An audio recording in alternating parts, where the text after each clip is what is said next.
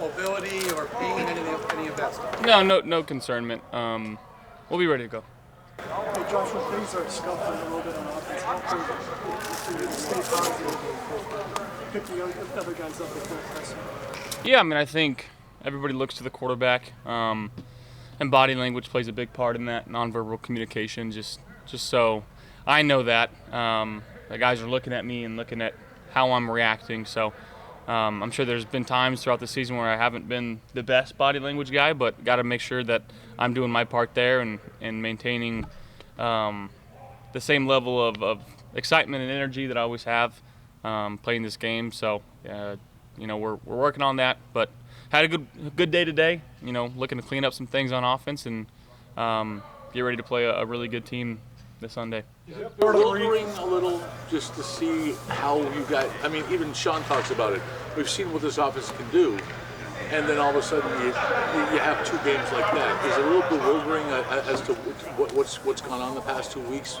I wouldn't say bewildering. Obviously every time we touch the ball, we want to score, and that hasn't happened the last couple weeks. And we know as an offense we got to be better. It comes down to the guys on the field, and myself included, on executing the plays that Coach Dorsey calls. So, we're going to have a detailed week, and look forward to getting back on the field and trying to go out there and put together our best performance yet. And, again, it's no easy task going against the Patriots and Bill Belichick.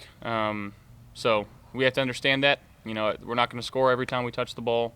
But, going out there and just trying to execute every play and taking it one play at a time.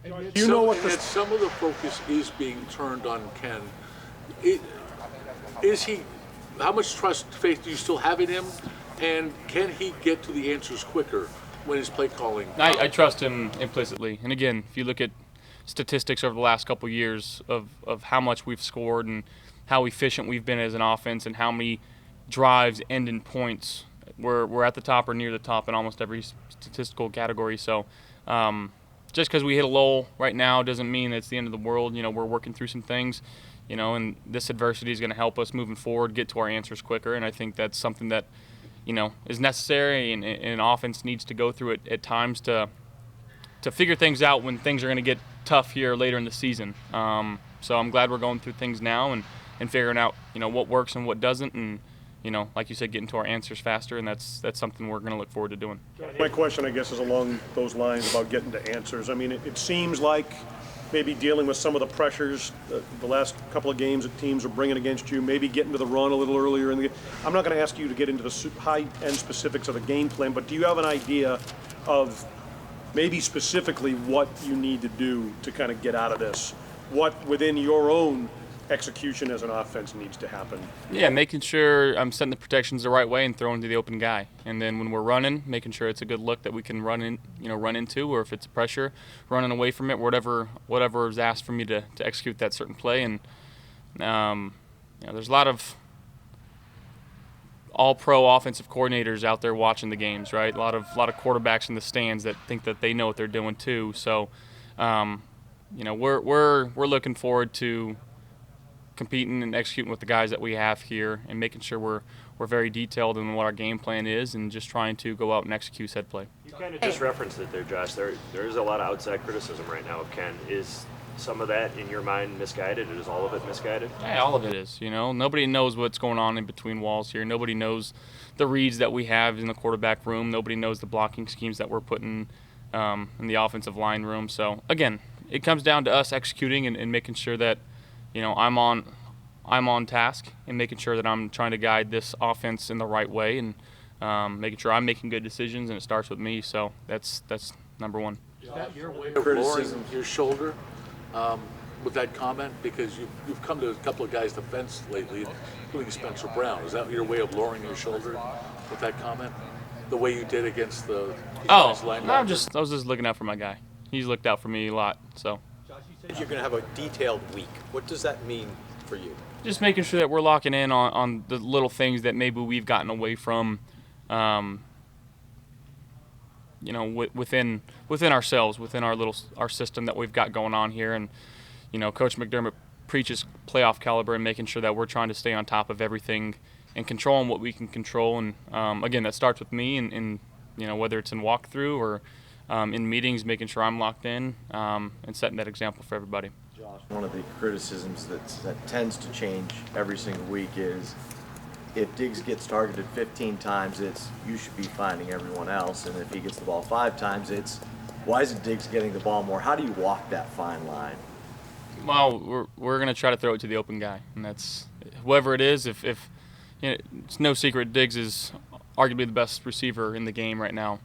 He's first read in a lot of our concepts because of who he is as a player. If he's open, he's going to get the ball. You know, and I do agree that we're going to have to utilize the other guys and make sure that we're getting their talents and using them to the best of their abilities to help this offense. But again, it's Stephon Diggs, you know, and he's a guy that's open a lot, that I have a lot of trust and faith in. I got a lot of trust and faith in all of our guys here to get open and catch the ball and do the right thing. So we're just trying to throw it to the open guy. Josh, do you think in general coaches get more criticism than players? I mean, you're a player, I know that. But do you think coaches take it more than players do from the fans and maybe the media?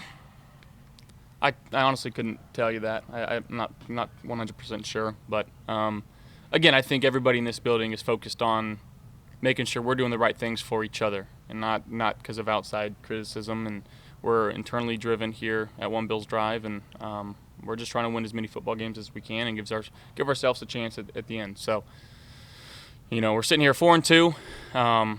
Easily could be the other way around, could be better, we could be worse, you know. So we understand that, and we're going to keep working hard each and every week and try to be the best versions of ourselves. In that situation where you're sticking up for Spencer that John just asked about there, I mean, you've already got an injured shoulder in that.